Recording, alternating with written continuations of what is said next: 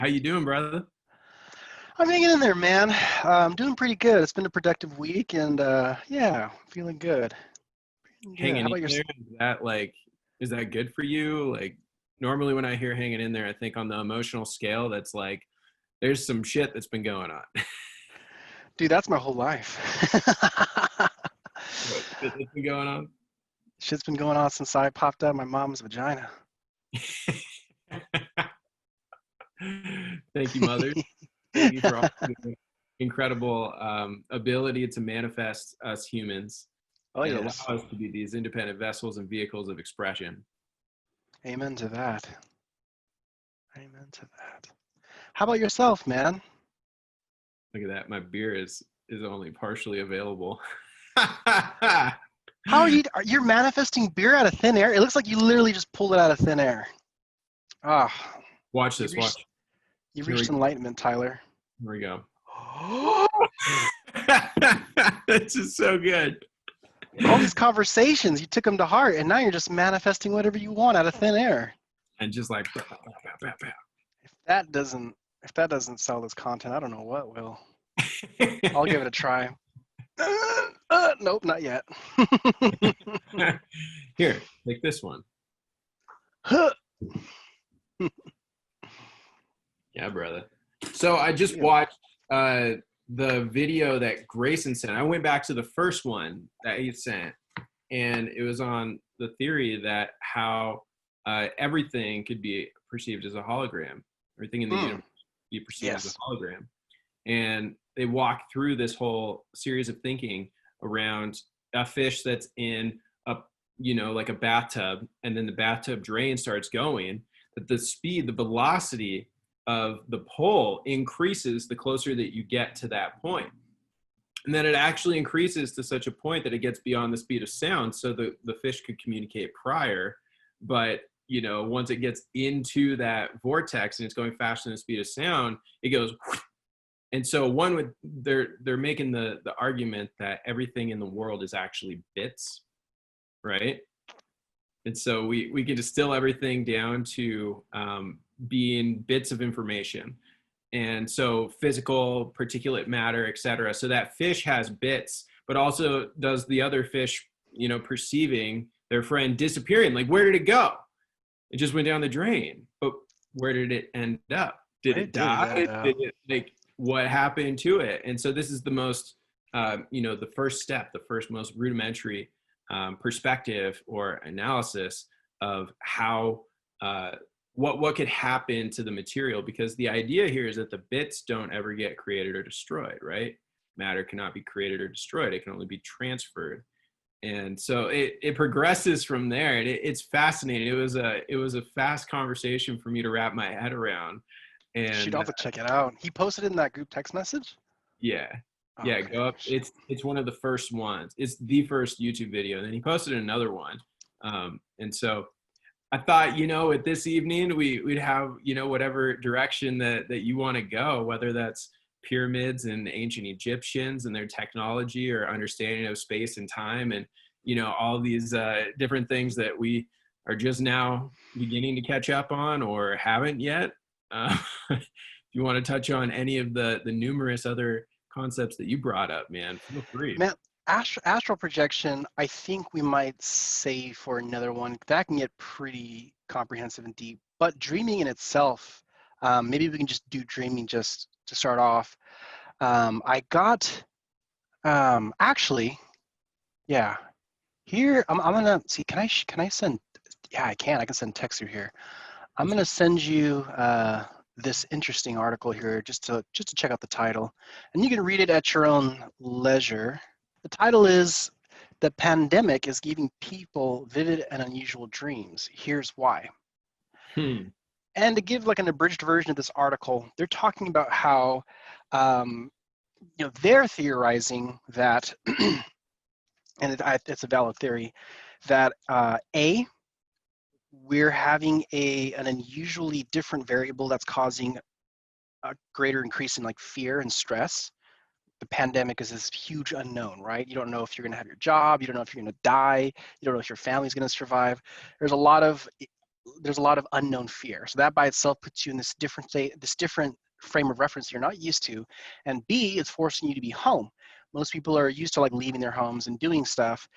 But in a way, even though you sleep in your own place and you're there for a chunk of your time, to be there 24/7 is still, in a sense, a huge shift in your day-to-day reality.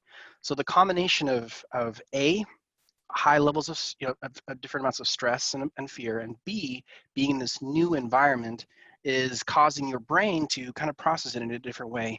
A lot of scientists that study dreams, one thought about dreams is that dreams are a way for the conscious mind to sort of sort out and purge and deal with high levels of emotion, typically Mm. negative. Typically negative. It's not uncommon to have a bad dream if you've been really stressed about something. If you're like really worried about maybe like your boss, like you're really confident your boss is going to fire you or something, and it's just all you've been thinking about. You could have a dream like or like a nightmare where your boss actually does, or the dream could end up being something where you find a solution or of that nature. Uh, we had talked in a previous episode about the Seth series and his commentary on viruses and pandemics. How, in a sense, a pandemic it's a it's a predetermined event that the mass unconscious kind of votes on. Mm. I say the mass unconscious, but like it's more of like in Carl Jungian's terms, the what did he call the mass something, the mass subconscious or something. I have a question for you. Do you keep a dream journal yourself of any sort? No, should I? Well, okay, it depends. How often do you remember your dreams? You and me, my friend, are very different in that regard. I very infrequently remember dreams. Now, am Hmm. I getting into more dream states through meditation, for example, on a daily basis, through yoga? When I close my eyes, my imagination is becoming more clear. But as far as like waking up, remembering, what dreams I had or what content was covered within those dreams, it's fairly elusive. Okay. And there could be two reasons off the top of my head I can probably think of why. One is that you're probably already kind of living your dreams. If you are if you are living your dreams already, there may be less of a need for you to remember them in the waking hours. Or B, it's your pattern of how you wake up.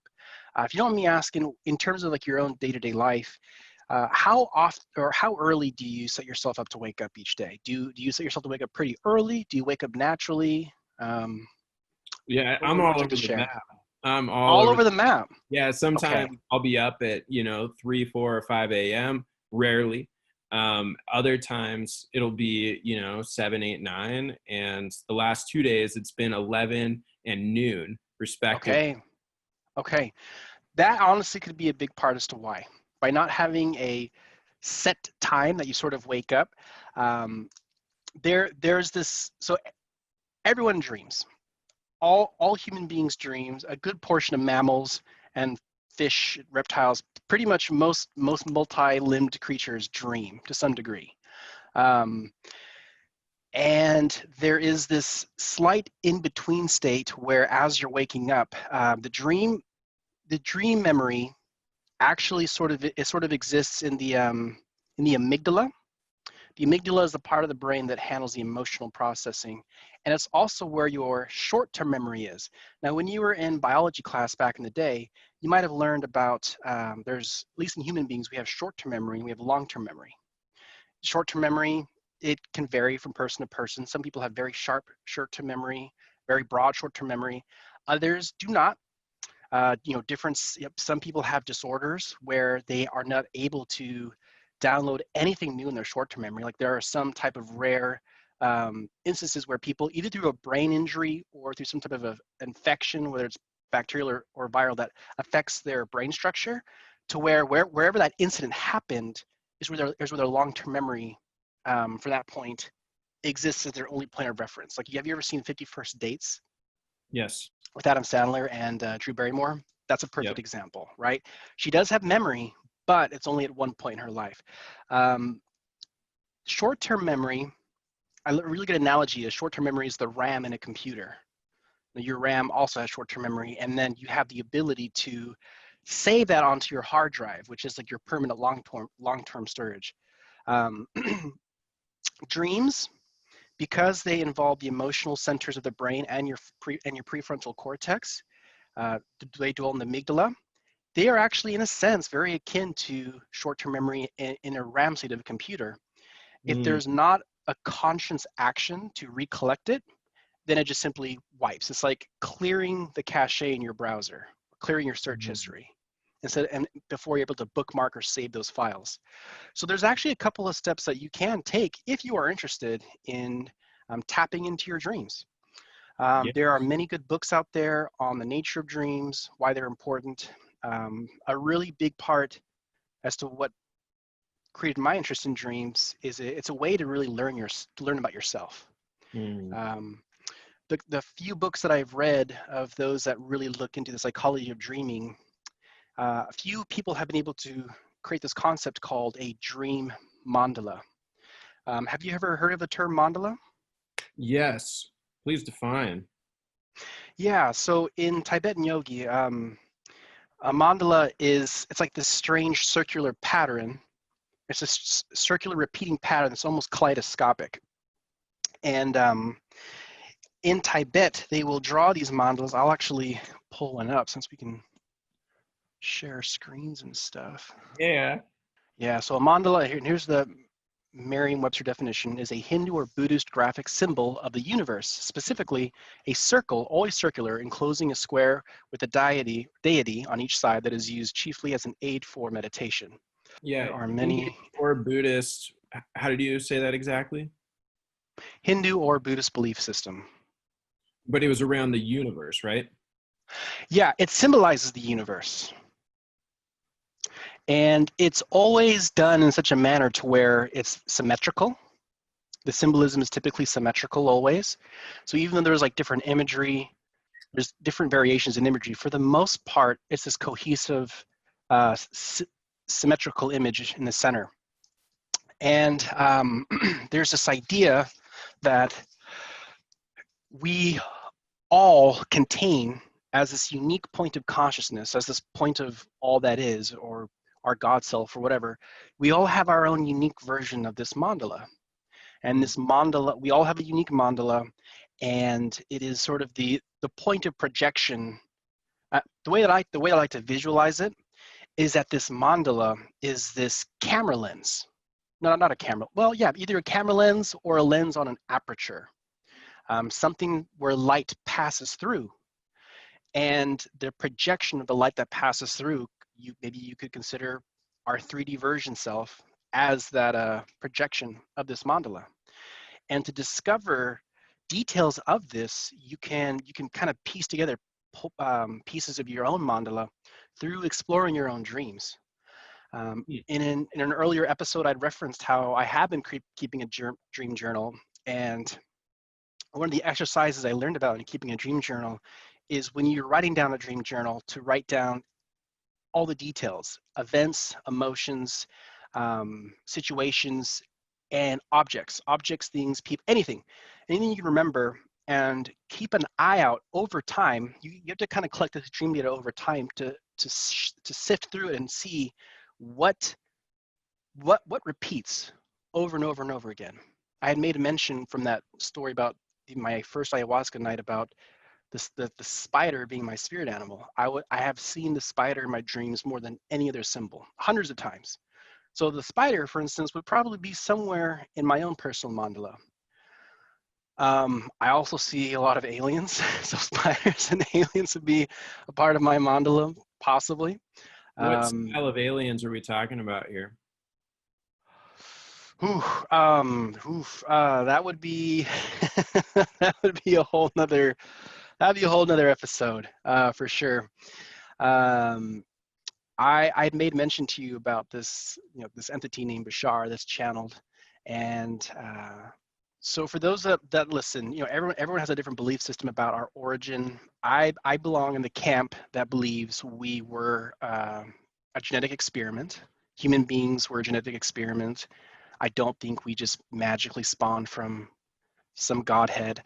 And the species or the intelligent life that were responsible for creating us essentially on Earth, a hybrid between the naturally evolved hominids and their DNA, I believe we have some star cousins related to them.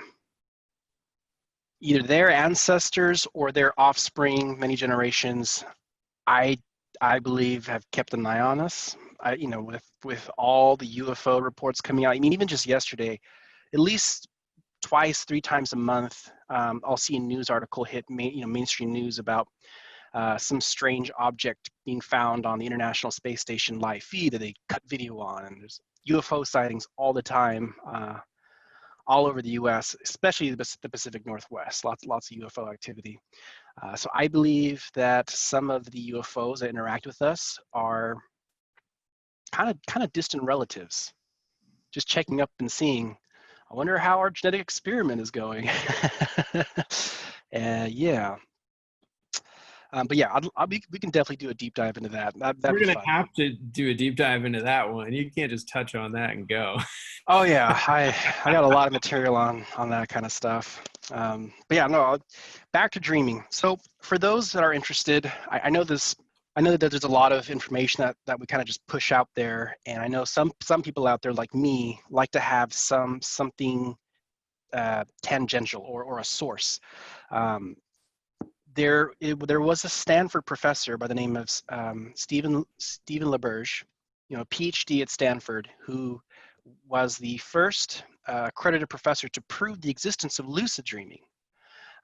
Thanks to his studies and all of his hard work, he was able to essentially discover that we do in fact have lucid dreams, and it's something that we can study, we can do experiments with, we can measure. And lucid dreaming in itself is a very interesting phenomenon. There is a book out there, let's see, it's just called Lucid Dreaming for anyone that's very interested in dreaming or lucid dreaming in general. Well, that seems Um, pretty topical right there. Val Kilmer doesn't believe in death. Say what? If you Val Kilmer? go to your homepage right there, your DuckDuckGo search page, top left. Val Kilmer doesn't believe. Oh, it was before you typed in lucid dream. Oh, really? Oh, Val Kilmer. Whoa. Oh, I was just, yeah, interesting. We'll have to just check this out. I'm trying to remember. I had this book a long time ago. I gave it to my counselor friend, Lucid Dreaming book. It's just called Lucid Dreaming. And it's by, here it is, Robert Wagner. Yes, this is such a good book. Mm. Um, this this book really blew open my mind on what the nature of dreaming is and how it interplays with our day-to-day consciousness. So some of the earliest references to the idea of lucid dreaming comes from the Tibetan yogis, and and as far as our records can go as far back, Tibetan yoga started around roughly 800 AD, and their belief and their practices is that if you can master your personal awareness to the point to where you can master lucid dreaming, you can stay really cautious throughout the waking life, you can transition that same level of awareness into your dreaming life and never, quote unquote, fall asleep. And that was their version of enlightenment, that if you could master lucid dreaming, then I'm sure you've heard the Tibetan Book of the Dead.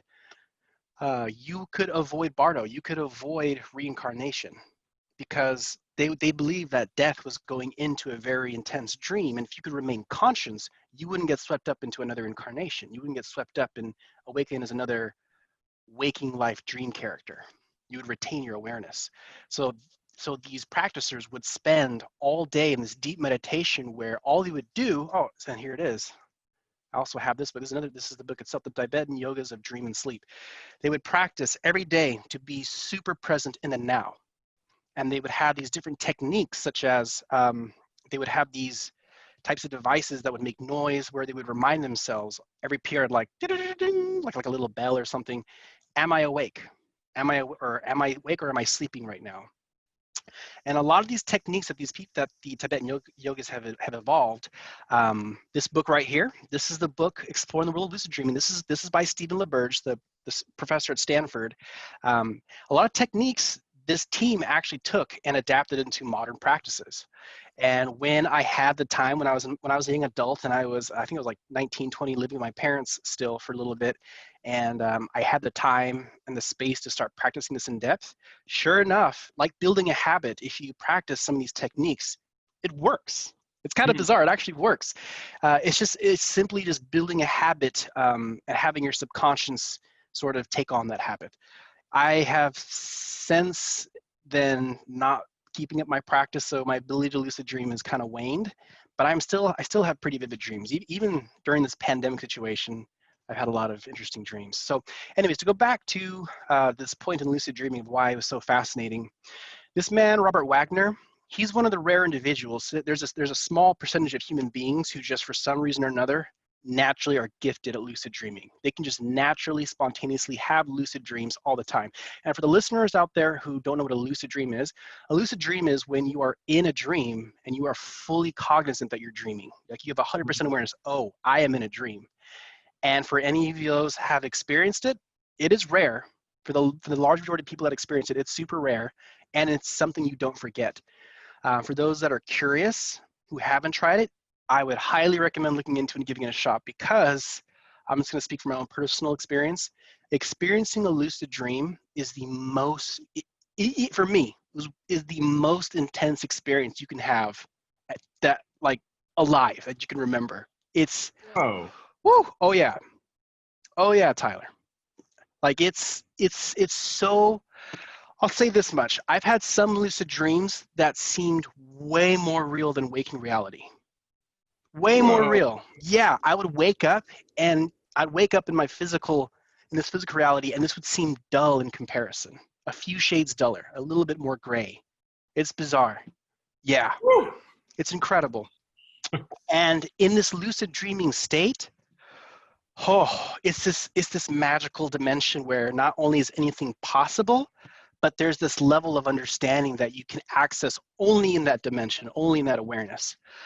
So this man, Robert Wagner, he, like I said, he just wrote this book about his own experiences, and ever since he was a little kid, he could just naturally lucid dream. From what research that was published by Stephen LaBerge and his team, there's like 5% or some small degree that of people that can just naturally do that. The majority of us, we have to work the hard way to reach that state. But this dude, he was sleeping in lucid dreams all the time, multiple times a week, and he wrote this amazing autobiography on his experiences as well as his discoveries. So when he is a younger man, he does what any young man would do and just have lucid dreams where you can just pretend that you're fucking any celebrity, right? Or just super attractive women. You could just have these intense sex dreams because it's like, to your point, Tyler, about this being a simulation, a lucid dream is literally like a hyperactive thought controlled simulation, a hyper simulation. When you're in a lucid dream, anything that you think of can just manifest, or you can do anything. Like people have talked about having dreams where they fly. I have had those experiences. I've had a lucid dream where, like, okay, I'm just gonna fly, and you do, and it's exhilarating. Like you can feel the wind just like brushing through your face and your hair. You can feel the momentum and the gravities you're pulling up. It's so hard to explain, but it's so visceral. It's so real. So yeah, so this guy, started off doing just very carnal stuff, very obvious stuff. Like have really cool Matrix-like action fighting and all that jazz. But the one point I wanted to bring up that really stuck with me is at some point in his explorations, there was one story specifically that came to mind. He all of a sudden in his lucid dream woke up in his elementary school, and he's already like an adult. And he's like, oh, okay, this is a lucid dream again. He walks down the hallway of his elementary school and he goes to this classroom that he used to be in as a kid. And because he's very experienced and he knows what he can do, he thinks to himself, okay, when I open up my old classroom door, inside are going to be 14 naked, super attractive women. All right. That's his intention. He opens the door and he walks in, and sure enough, there are 14 naked attractive women. This time, however, something caught him off guard. There were 14 naked women, but they were all different races and heights, and they were standing in a U formation. Details that he realized he didn't consciously think of, they just were. And then he stopped and he was like, wait a minute. Something else is filling in these details that I miss out on. There's something else projecting this additional detail that I'm not handling. And then when he makes that realization, he realized that there's a quote unquote stage builder. There's some part of his mind that's building the scenery and the details that he's not consciously orchestrating. So once he reaches that epiphany and he calls out, something calls back. And this thing that calls back, it calls from the void. And he's not really able to specifically identify it other than he calls in the book his subconscious self. But further on in the book, as he gets more and more curious and interacts with this invisible stage builder, he realizes that this thing is, it's been many years since I read the book, but it's this higher version of himself, some like future extra dimensional version or something. That's assisting with the projection. Going to the idea of the mandala, it could be the entity, the consciousness that drew the mandala in the first place. We're not really sure. But knowing that something like that exists, it obviously profoundly changed how he perceived the rest of his life. And towards the end of the book, he was pretty confident that physical reality in itself is just a dream as well, which honestly fits, I think, pretty succinctly into the idea of reality being a simulation. And that idea and that belief is starting to gain more and more mainstream attraction. I'm a big fan of Joe Rogan and his podcast. He'll have these really bright intellectuals come on. I'm trying to remember. I'll have to figure out which podcast it was. It was recent, just a couple of months ago. He had one gentleman on who was like this PhD in anthropology and statistics and stuff, and he basically said, like, mathematically, there's a higher degree of chance that this is a simulation more than it's not. There are a lot of quantum physicists out there. There are a lot of like really brilliant minds who are just like, you know what, reality is so trippy that it honestly makes sense that it's more of a simulation. So that thought is starting to pick up. We can maybe box it into our modern terms of bits and of data. Yeah, that's definitely one way to look at it. Or just more simply put, the Tibetan yogis had it right all along. This is just dream. This is just all a dream. This is a hyper simulation. So yeah. If that's the case, then in the dream state, you're able to adjust the laws of physics. You're able to adjust the laws that we in our waking state abide by. Gravity, right? Yes. Seem to work consistently, like every time. But in water, gravity has a very different impact. Shift the medium, shift the reality. Yeah. So in the lucid dream, you can do whatever you want, including turn off gravity. But in the waking dream, we have these objective rules, like gravity, like life and death. There are, we have a Grayson connecting. No way.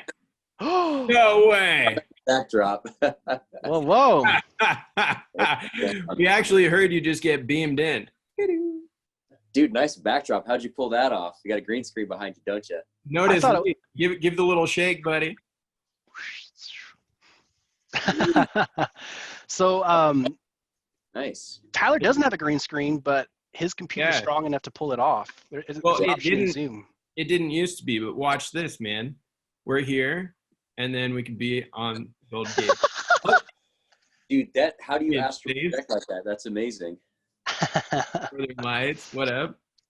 Man. Hey, Jama, we're chilling on the beach. Yeah, this is gonna be brief, man, because I gotta go to bed here in a minute. But I wanted to jump on and say hey, and I hope you guys are doing good. Congrats on the date, dude. Oh, Yeah. thank you. Great. Muchos gracias. Yes, well, Grayson, we are 30-ish minutes in, and we've gone basically into dreams. And so Lee just broke down dream journaling, right? Why we would remember dreams, the amygdala and the prefrontal cortex and their relationship. 50 Hertz days as a metaphor of RAM for short-term memory and hard drive, right? For long-term memory, stored memory. Yeah. Dreams are a great way to learn about yourself. There's consistent themes. There's a dream mandala that we tap into consistently. And so we get little glimpses of this dream mandala. We all have a unique mandala, just like our unique signature frequency of the soul. It's another representation, it sounds like. Bashar, he just smiled and said, okay, we're going to put a note there for Bashar. Humans being a genetic experiment of some other life form, right? Oh, yeah? Stephen LaBerge proved the lucid dreaming. The Lucid Dreaming book by Robert Wagner is The Gateway to the Inner Self. That one's a powerful one. Tibetan yoga, they're mastering personal awareness to be able to bridge the awake with the dream state. Let's see, lucid dreams, fully conscious, but some of the most intense experiences you could possibly imagine. Probably a few clicks up from traditional reality waking state. Magical dimension where anything's possible. About 5% of people naturally do this. It's a hyper simulation where you can fly, you can feel everything. And then a little bit of a story right here into the elementary school where, Mr. Wagner went into a lucid dream and then called out when he realized that he didn't consciously design everything. He called out to like, wait, who's designing this? And then something responded back. In his lucid dream, yeah. So quick question for you, Grayson, on the topic of dreaming. Do you often remember your dreams? No, but when I do, it's like Mitch Hedberg says, it's like I got to build a go-kart with my ex-landlord.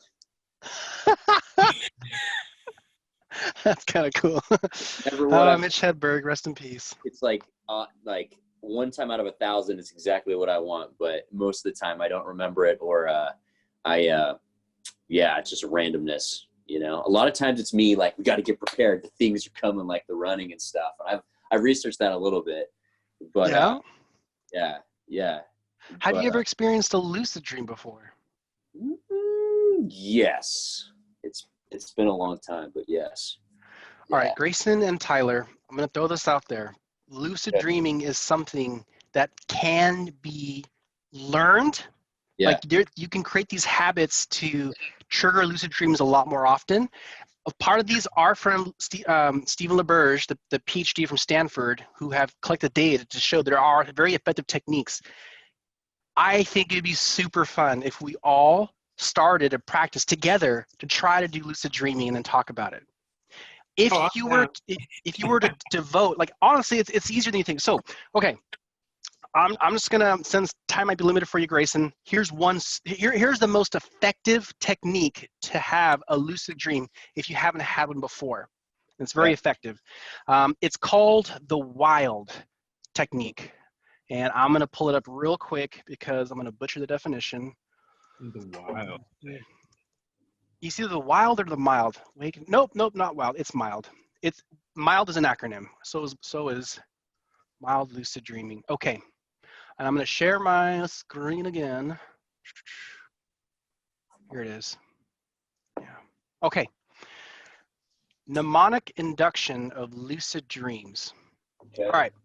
So this concept, dream recall, reality checks. Okay, you know what? No, that's actually a different technique. I actually know this technique from memory, so I'm just going to talk about it. All right. When you have a dream, so there's these 5 common stages of the sleep cycle. Stage 1, stage 2, stage 3, stage 4, and then REM, rapid eye movement. Rapid eye movement is obviously where you're having the so-called dream. It's when your eyes are moving, your amygdala is engaged, part of your prefrontal cortex where your critical thinking is engaged, and you're having a dream. And then after you have that, you go back to stage one. As these stages progress from stage 1, 2, 3, and 4, your sleep cycle, the hertz, the frequency in your brain, the hertz, or the cycles per second, does slow down, right? You go from beta, which is like anywhere from like 10 to 55 cycles per second, so your critical thinking, down to alpha, down to theta, I think, and then I don't remember the exact one, but it gets pretty slow. And as soon as you slip into REM, you're back into the critical thinking stage. So there's a technique that you can do to where you can have yourself wake up when you reach REM stage. Now what scientists have been able to collect over time is that these REM cycles, it cycles through. So you go through 1, 2, 3, 4, 5 REM, 1, 2, 3, 4, 5 REM. Each time it hits REM throughout the night, it increases in duration. So your first REM early on in the night might be just like 5 to 15 minutes. But by the time you reach your third or fourth REM, it can extend anywhere from 30 minutes to an hour and a half. Whoa. So the whole idea is the human mind naturally wants to sleep anywhere between 6 to 9 hours a night to get a full night's rest. Yeah. So the idea is around 75% of your normal sleep cycle, you will actually make a choice to wake up through an alarm or something. You'll wake up and you'll stay awake for 30 minutes with the intention to have a lucid dream, and then simply go back to sleep with that intention. And you can do stuff like self-hypnosis, which is a very, very easy way where you can either, like, for 30 minutes, like, meditate and think to yourself, I am awake in my dream. I am awake in my dream. Or you can write, like, writing is an effective tool, like on a notebook, just write lines over and over again. I am awake in my dream. I awake in my dream. You can watch a video on lucid dreaming. You can have a little bit of tea, a little bit of caffeine, something, but that's a very conscious 30 minutes that you spend on intentionally being awake in your dream. Then you go back to sleep. Then you go back to sleep. And yeah, you can find yourself waking up. I've tried it. It is, in fact, the most effective technique. And if you don't mind kind of screwing with your sleep cycle a little bit, it's an easy one to invest in. I'll try it on the weekend. Yeah, you can do it on the weekend for sure. Yeah. You know, if you like getting 8 hours of sleep, wake up after 6 hours. And another way that really helps is going to sleep for that last 25%. Maybe somewhere different, like on the couch or right next to your bed, something that tells your body things are not quite right. And that'll also help trigger that lucid dream. And then once you're in the lucid dream, oh my gosh. It's like I was telling Tyler, it's life-changing. It's exhilarating. So that would be a fun group activity that I think the three of us could maybe do as a group. How quickly can we ignite? It takes, for my first time, I was able to trigger it in a week, but it really is your miles might vary. Stephen LeBurge and his research team, they found that you're guaranteed, like if you do it every single day religiously, you're guaranteed at least one in a month if you're like really struggling. But it's about consistency and repetition. You know, kind of going back to the Tibetan yogis, the Tibetan yogis. So, you know, like it says that psychologists will say that we're like 95% on autopilot, right? We're an accumulation of habits and thought patterns. Well, you just kind of want to add a new habit of what's called reality checking. So both the Tibetan yogis and modern day lucid dreamers, because they adapted this technique because it's so effective, is one habit to set is every hour. You can set a timer on your phone. This is what I used to do a couple of years ago. You used to just set a timer every hour that just says, am I dreaming right now? And you ask yourself, seriously, like, is this a dream? Is this a dream? And then you do a reality test, such as like pinching yourself, holding your breath, sticking your fingers through your hand, jumping. Jumping was the one that I would do, or flicking the light switch on or off. You do these little silly tests, right? Because in the dream reality, these type of tests, they fail. You can actually like look at your hands and they'll like stretch and warp. You can push your hand through your hand. You can jump and you fall down slowly. That honestly was a big trigger of mine. I'd jump up, and I was like, okay, gravity's not right. It is a lucid dream. I pop into it. So what was the movie? Wasn't it Inception?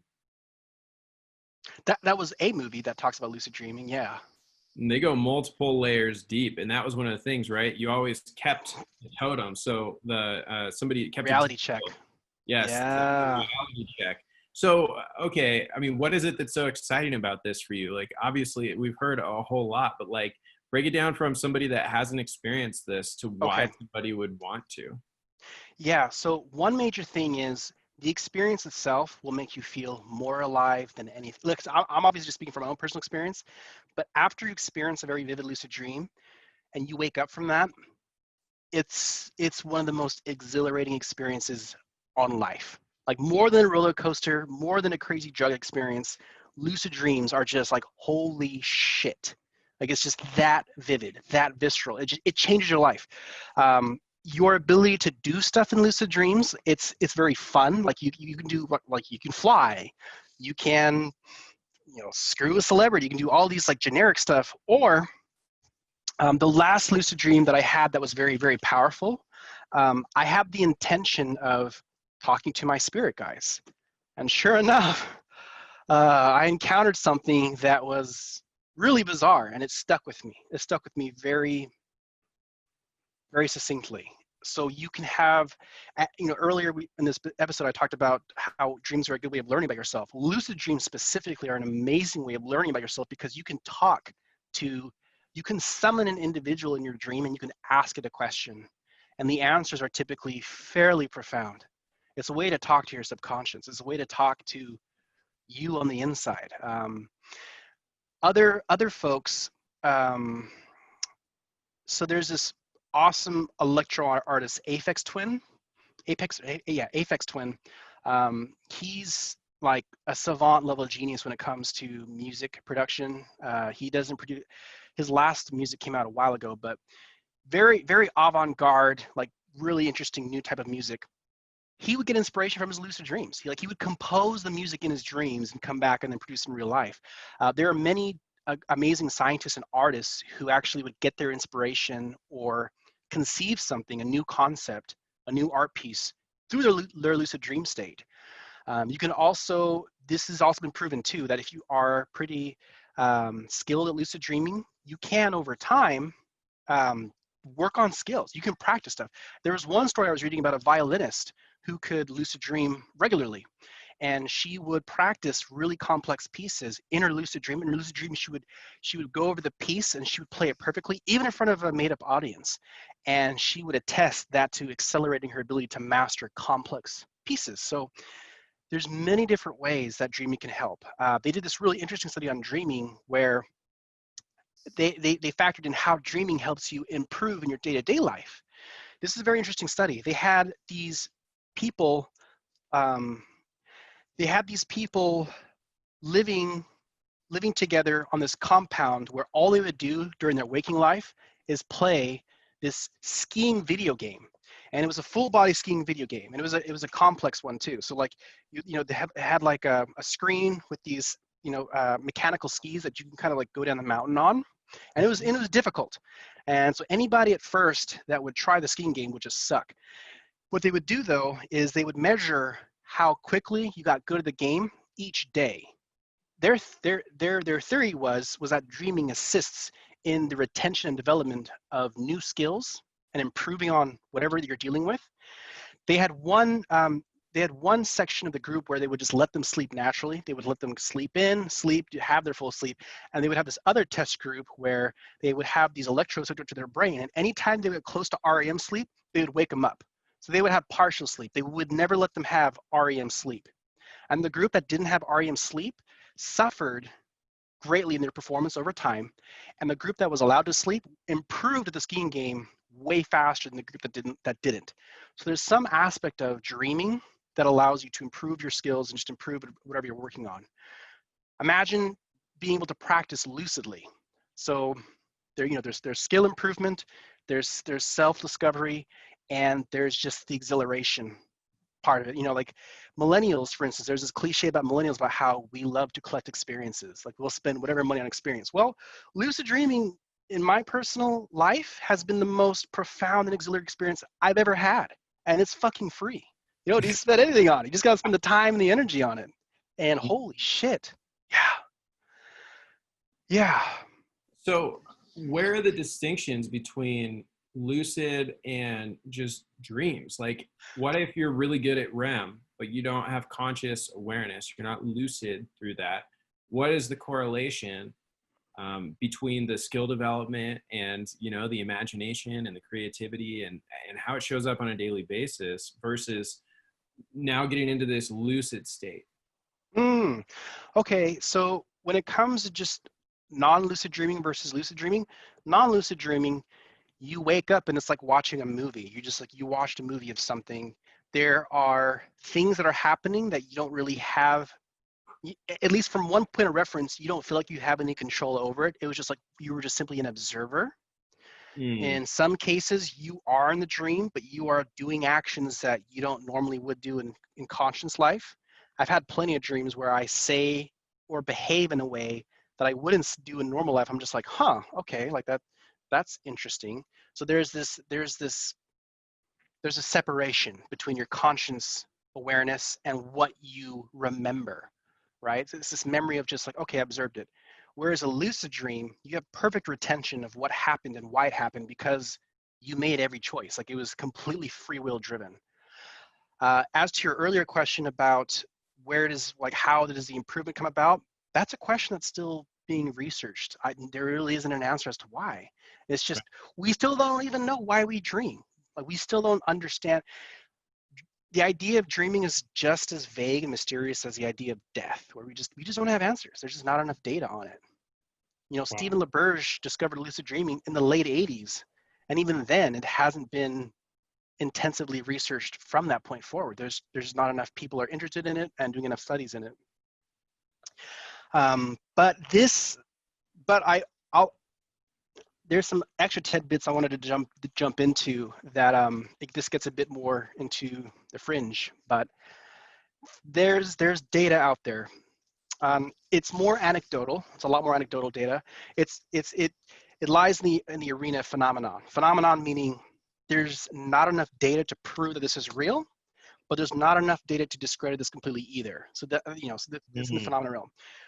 One thing about dreaming, and this is actually a quote unquote superpower I have, is it's gonna sound silly, but I'm slightly prophetic. yes. It's weird. It's not so much now because I haven't been really studying my dreams lately, but Tyler, I've had a number of my dreams come true. A number of my dreams where I've had it, and then weeks, days, months, even years later, I experienced deja vu, or oh shit, I saw Mm, this before. I saw this before already in my dream. The most profound instance of that in my life is 3 months before I lost my virginity. I dreamt in detail how it happened before I even knew what it felt like having my penis in a vagine. Yeah, what? yeah. And the story of how I lost my virginity is very unique and rare. So that's why in the dream I was like, this is really bizarre. And then when it actually happened, I was like, oh fuck. How is that possible? How does one see into the future? I don't prescribe to the whole mystical idea of it. I think the brain is able to tap into some different dimensional state. I think the brain is a crazy quantum processor. Sometimes when you're dreaming, this is just my own thoughts and opinions. When you're dreaming, you might just be running through different possible future simulations. Remember that cone that we talked Yep. about? How, the further you go out into the future, the greater variables of what probabilities you might experience. I think the brain and the subconscious mind on some level is crunching the numbers and saying, okay, this action at this point in the cone will predominantly lead to these actions. So maybe if you're paying attention or you're able to catch it, sometimes you can catch on a scenario that is going to happen. Now that brings the next question of like, is it the chicken or the egg? Because you saw that dream, does that increase? Are you just creating a self-fulfilling prophecy, right? There's that aspect, or are you? I don't know, Tyler. There's been some times where last week I experienced so much intense deja vu, moments where I'm just like, okay, I had a dream about this. I and the circumstances of how I got to that point, I don't believe there's any way it could have been a self-fulfilling prophecy. Like how I remember these dreams and how I had those experiences, there's just no comprehensible way, mathematically or probability wise, I could have had these experiences, that deja vu, having these dreams years in advance. That to me adds more credence to the idea of having some invisible stage builder. There's some other part of our awareness that's handling this insane amount of data, that's orchestrating these events and these memories and these situations. And yeah, through dreaming, I've been able to sort of tap into that. One thing about dreaming that has always been the case for me, and I have had a perfect track record. The one time my superpower kicks in is when I'm dating someone new. Yes, every time I date someone new, within a couple of days, I'll have a very vivid dream that tells me exactly how it's going to end. Whoa. Yeah, that's the only in my entire life. That's the only time where it actually kicks in. Whoa. Yeah, super weird. I'll have this really intense dream that shows me whether it works out or not and why. In interesting symbology. So there's that idea. Researching into other people's dreams, there was one really profound story, and this is a common story actually, that maybe not super common, but there's a lot of stories like this. Once again, this is more anecdotal data, but there's one story that really stuck with me. It was about this young girl who had lost her grandmother. Her grandmother passed away, and she was very, very, very close to her grandmother. Her grandmother would come to. By the way, I've been listening the whole time. It's wonderful. Oh, what did you say, Grayson? I'm sorry. I actually have to go to bed, but okay. I've been listening to everything. I want this to continue, but I got to get to bed. So, because I got to get up for sooner. sure. You're going to practice, right? You're going to set an alarm every hour to say, am I dreaming? Am I dreaming? What are you going to focus That's on? not happening at work, but maybe on the weekend. Yeah, with your 10-hour schedule, Grayson, that'd be intense. I want to have more time to talk about this. I'm just crushed for time right now. Yeah, let's do a part 2 Tuesday if you're feeling up for it. Perfect. 100%. Sounds great. All right. Thanks for Sleep hopping well, on, my man. friend. See you Sleep guys. well. Yeah, good night. Dream well. Oh, that's cool. That's a cool outro chime. Yeah. Yeah, so to continue on the story, this girl, like I said, very close to her grandma, would come to all of her ballet recitals, and they just had this wonderful relationship. Well, when she became an adult, her grandma passed away, lots of grieving. She's very attached. Some time had passed, and it's been a while since I've read the story. I don't know if it was a couple of weeks or a couple of months. Some time had passed after her passing, and she had this very vivid dream, very, very vivid dream that she was with her grandma again. It's very common for people to have very vivid dreams about loved ones that have passed away. However, what was interesting about this one is that this grandmother figure said, I need you to do something for me. She was asking a favor of her granddaughter because of their closeness. She teleported her in their dream to her place of residence, and she said, look into my top dresser drawer. Hidden behind the clothes in the corner is this family brooch. I took it from my sister. I need you to give it back to her. And she's like, what?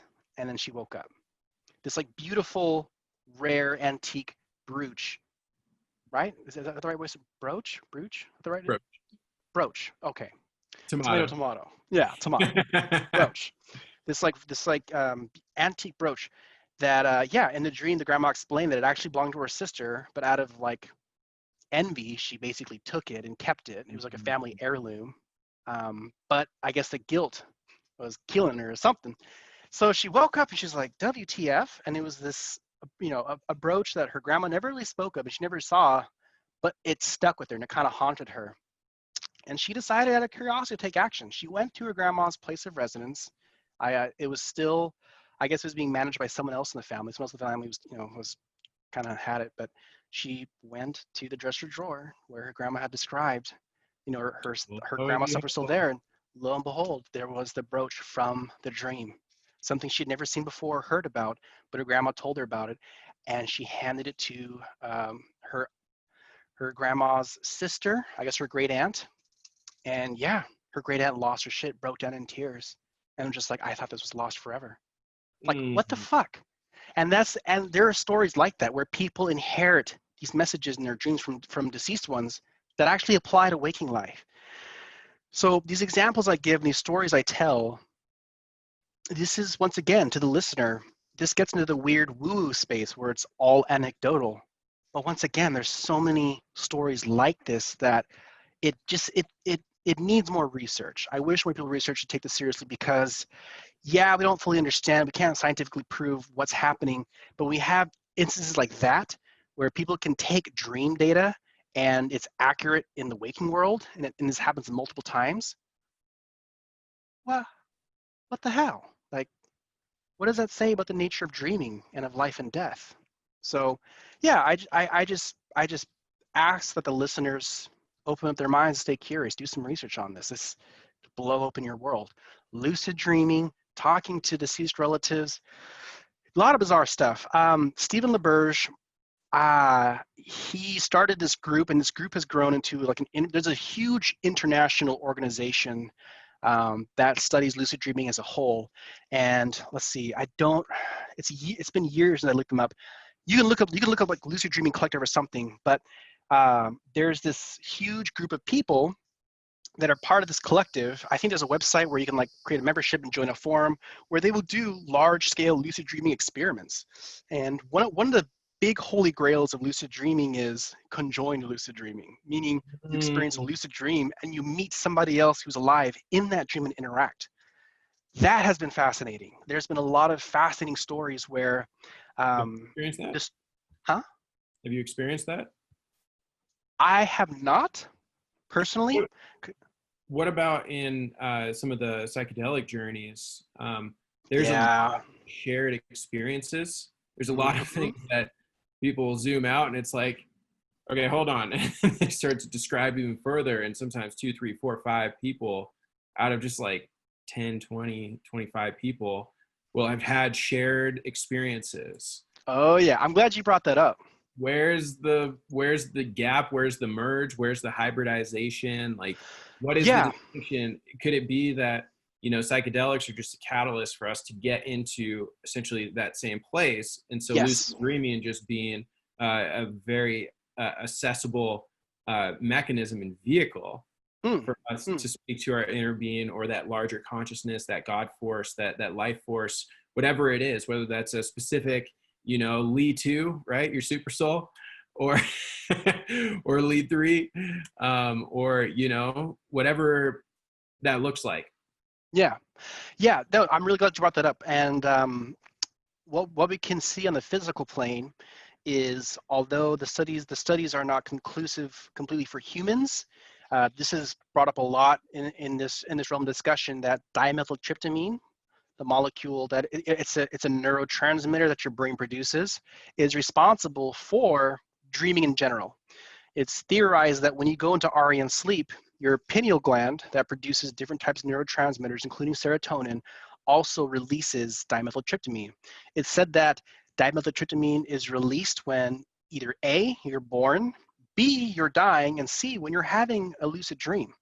You take a look at the molecular structure of dimethyltryptamine, and for the most part, scientists consider it the most powerful hallucinogen known to mankind. You can synthesize it and smoke it and be launched into another dimension. Ayahuasca is pretty much liquid dimethyltryptamine. Mescaline, which is the molecule in San Pedro and peyote, that is a substrate, not a substrate, that's not the right term. It's very similar in composition to dimethyltryptamine. It's part of the, there's a tryptamine family. A lot of the plant-based psychedelics are part of what's called a tryptamine family. Tryptamine as in the molecular structure. So if I type in, I'll go ahead and share my screen here and look up an image. Okay. This has been the bridge I've been most curious about is, Yeah. you've been describing Totally. lucid dreams, and my closest experiment or experience has been, you know, via psychedelics.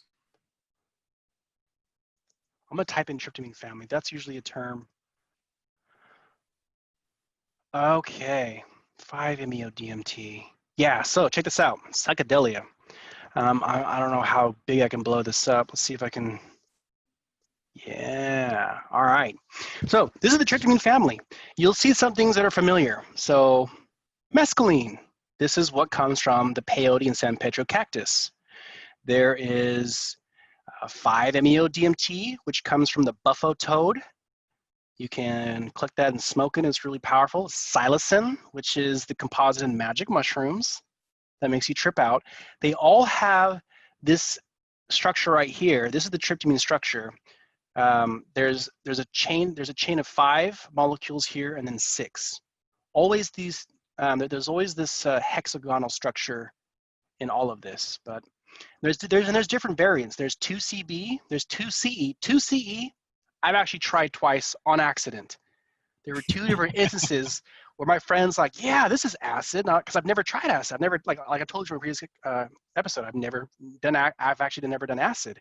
And I had experiences that were far removed from acid, at least from based off of what my friends had told me experience of what they had, and like reading on like airwood.org what experiences are. This is insane. This is insanity. I would never do it again. It's absolutely terrifying, but it's powerful. It puts you into a different dimension. So yeah, well, MDMA. Hold on. Give us a little bit more context there. Okay, so you yourself, you've experienced mushrooms. You've experienced ayahuasca, and with these plant-based, okay, the 2CE, 2CB, 2CB fly, these are actually synthetic variants. These are actually made in labs. They're not naturally occurring.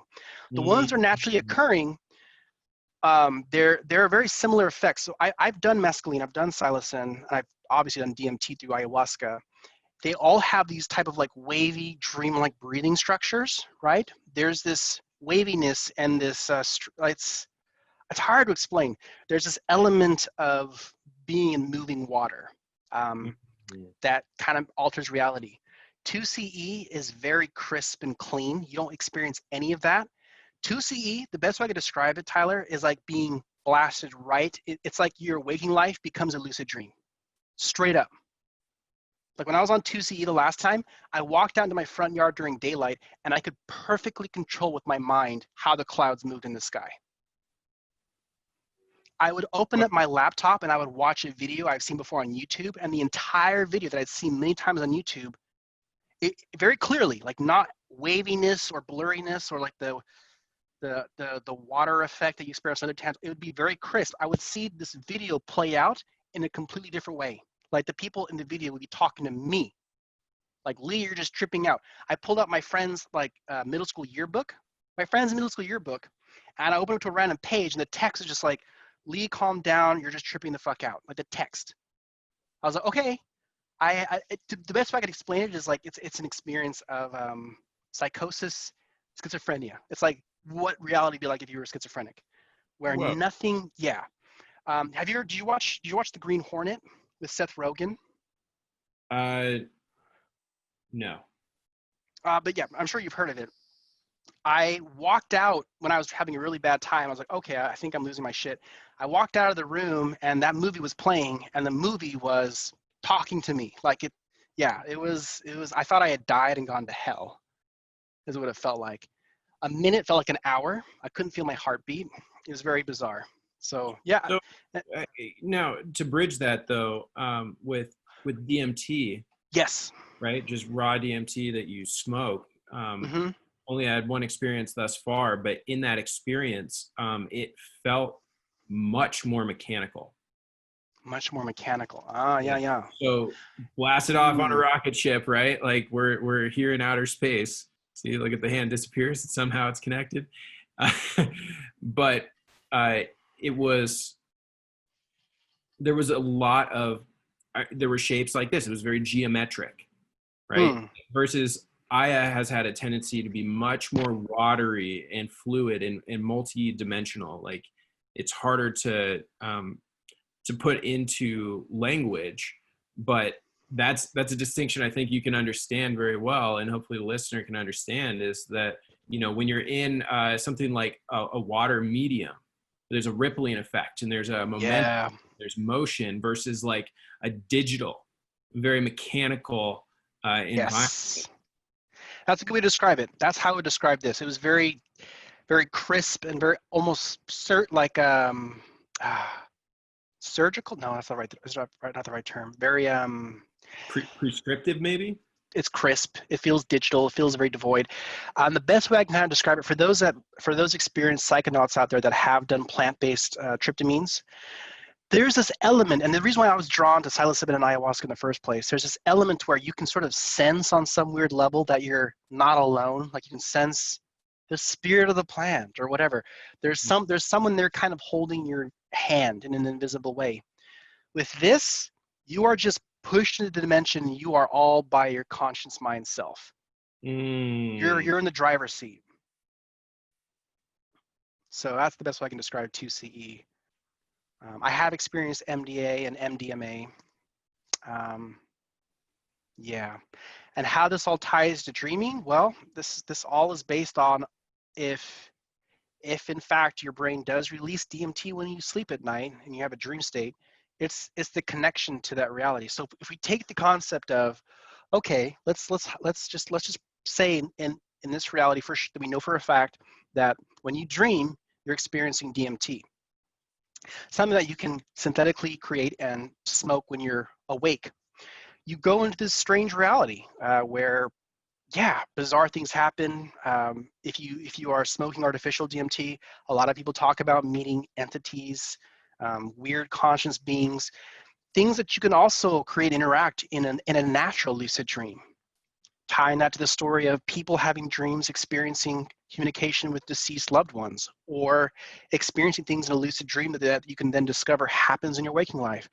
Experience something in a dream that ends up becoming true later on in your life, whether it's days, weeks, months, or even years. How does this all freaking tie together? Well, I like to think that, once again, we're in the simulation. And I think to some degree, how a molecule is formed and how our biological body interacts with these molecules is like keys within data that interact with each other. Like these unlock certain aspects of the program, or these change the program. Anything that you consume changes your program to some degree. If you eat a lot of junk food and garbage, you experience the program of feeling like shit. You feel like a garbage can. Mm-hmm. If you eat something that's filled with like caffeine, you're going to experience your experience of reality is going to change. You're going to feel a lot more awake and hyperactive. You know, you drink, there's many different substances that affect your conscience, that affect the way that your program is ran. These molecules, though, they drastically change the program of your experience. And how this tie. It's almost like a skeleton key, right? Like a skeleton key, the theory is that it can go into any lock, right? So it's obviously a mythical key. Yeah. To a large degree. If we are connected to, I mean, in my opinion, to think that we can only have 5 senses, right, that are measurable, see, hear, taste, touch, smell, feel, right? Mm-hmm.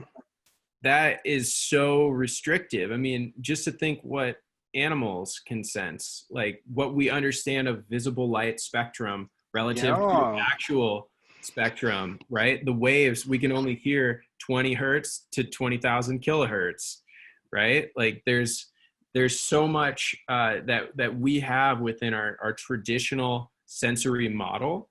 And so could it be that, DMT just as an archetype, right, as something that exists within the body, is a skeleton key for access to more sensory data than we typically allow in? I really like your line of thought and would agree. Personally, that's my thought and belief on the nature of that. There's in the Seth series, you will at some point read about Seth describing how there's more than 5 senses. There's more than even 6 senses.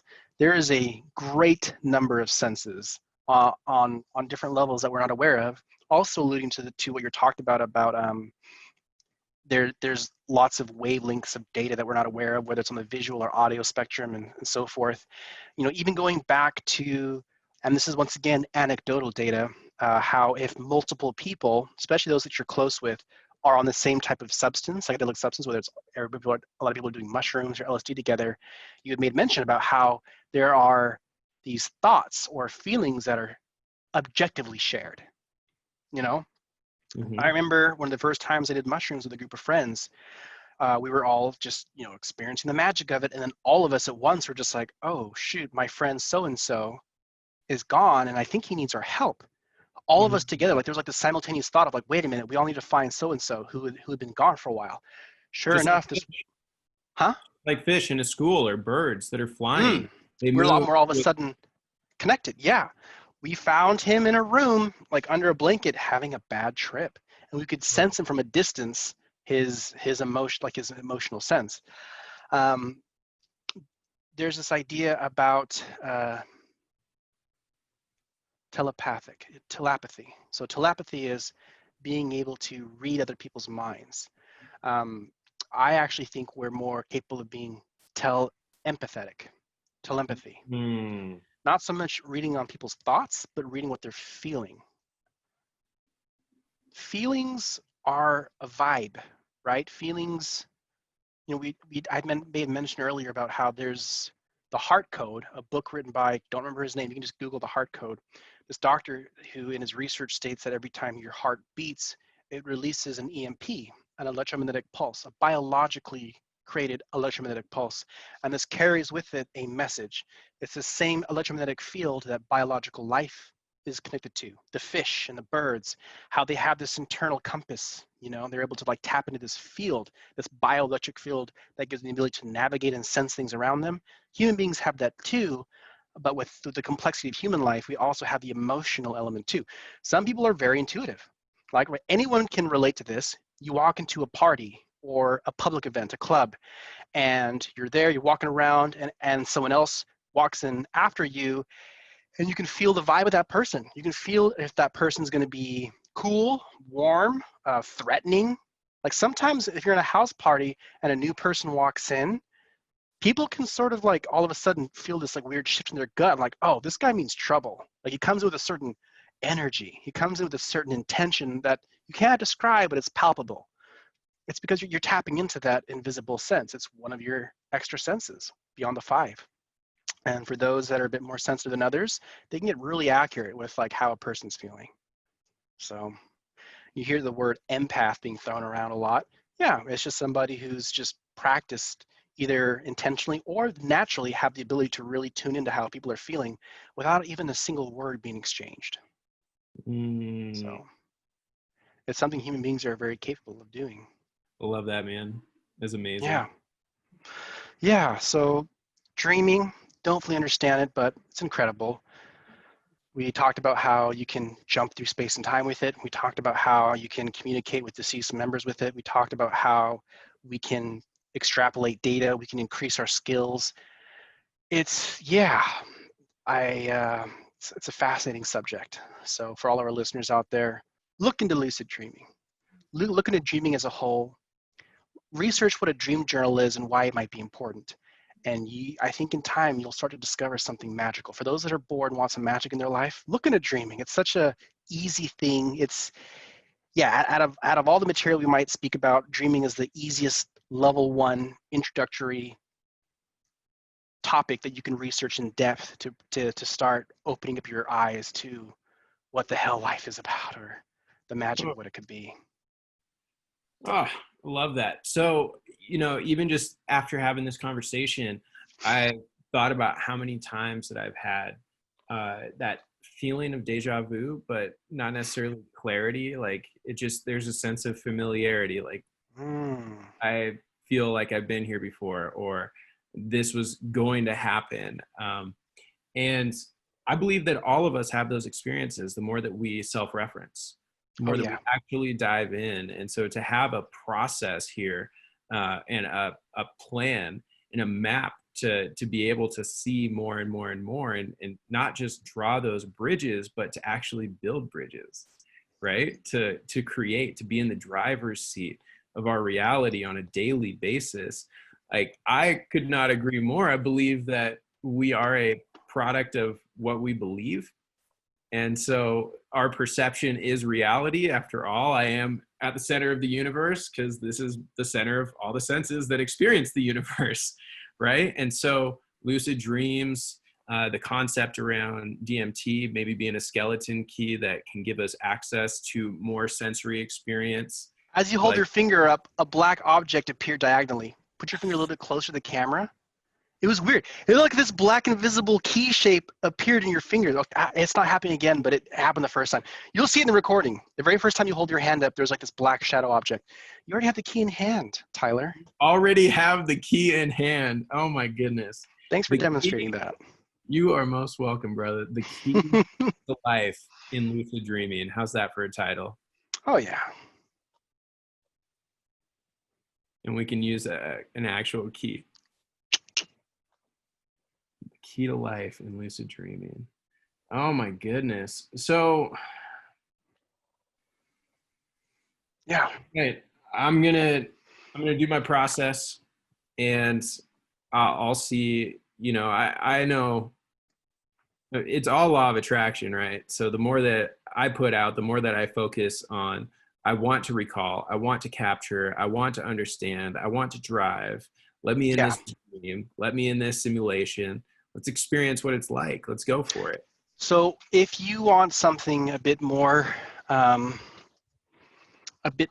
tangible, something that you can follow along, there's already a plethora of really good resources out there. But since you're already into the set series, I implore you, after you finish the current book, which I know is fairly meaty and thick, check out this. Dreams and Projection of Consciousness. Since you're already familiar with this, no, this is a lot further down the line, actually. How many Seth books are there? Oh man, there's a lot. There's like over 20. No. There's more than 15. There might be more than 20. No, actually, it's around 20. I feel bad. It's been almost a decade since I've read through these books. I need to read them again. But yeah, this is further down the line. However, since you're already familiar with his cadence, he does give some. Hold it up real quick. Yeah. There we go. And then let's get one with you actually smiling in it. Hold it to the side. See. Yeah.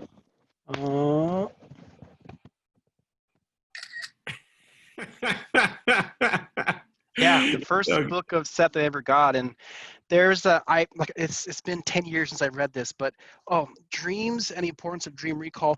He'll actually give a permission slip, aka a technique that you can use that's very effective in the book. You know, the first book, even he talks about how waking up at like somewhere between 2 to 3 in the middle of the night, right? We'd be better served to be more like cats, where, you know, we would sleep maybe twice in a day, just get like 3 hours each time. And then we can blur those realities between the dream state and the wake state. Is that what you're referencing? Yeah. He expounds upon all of that a lot more in depth in this book. So, yeah. Awesome. So, okay, well then Seth being, is Jane just able to tap into her dream state, right? So essentially we'll get a little technical here by saying maybe releasing the DMT molecule while being present to get that clarity, just like Abraham, just like Bashar, just like, you know, pick your poison, right? Some people, when they feel connected, they just feel like, oh, I'm on fire. I feel good. I'm in flow. And other times people are like, no, it's a separate entity. It's a God force, a spirit force, whatever it is. And so here across the board, like how many preachers are giving sermons and they're like, I have no idea what I even said. I wasn't even in my body. What are they defining? They're defining the exact same experience. When you're in flow and you're connected, you know, as a football player, the quarterback that can chuck it and land like literally like laser precision, predicting where they're going. The basketball player, where everything slows down and you can actually thread the needle with that pass, or you pull up from half court and you just know it's going in. And it's not just like, hey, I just think it. It's like you actually know it before it happens. Oh, yes. I mean, aren't these all the same? They're different labels around the same kind of experience. It's the idea of channeling. And that's going to be another video topic. And yeah, for a lot of the listeners of this community, you think of channeling as a different personality comes through you. Yeah, that's one version of it. But like you said, a flow state. When an elite basketball player who's just on fire, is channeling. He's channeling his best self. A musician who's in trance and is just nailing that solo is channeling. When you are focused on something so intently that you're not even thinking anymore, you're just reacting and being just in the moment, that's channeling. Your personality is also channeling. Tyler Drake, you're channeling right now the personality of who you think Tyler Drake is. Or we're all channeling. by the second. Yes, every Planck second you're channeling. We're all channeling every day. Huh. Okay, so I feel like this is a great topic for our next episode. Yeah. Okay. Because it all threads together. Don't you feel like this is of course a chronology here? So Grayson, I'd love to get some of his feedback on this dream session that he's able to be here on. But that sounds like, because channeling is, I mean, define it however you want, like bringing your best self, right? Not being self-conscious, but being fully present, being fully connected, right? These are all iterations of channeling. There's layers and levels to this shit. Okay, good. That's awesome. Okay, sweet. Wow, that was power packed. Is there anything else that you'd like to say on this here episode?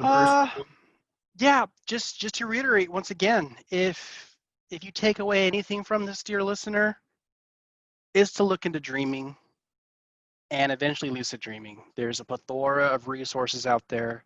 There's techniques that have been proven, time tested over and over again to be effective, such as the one that I described earlier. It will change your life. Just check it out. If you don't listen to any other episode or gain anything else out of whatever, or if the rest of what I say sounds like bullshit, just go into dreaming. You will find all the answers for yourself for sure. So yeah, Beautiful. That's it, man. Appreciate it. Yes, thank you. Leave your comments below if you want to hop on and actually join the conversation. Let us know, and we'll invite you as a guest. Look forward to the next experience, and we'll talk to you soon.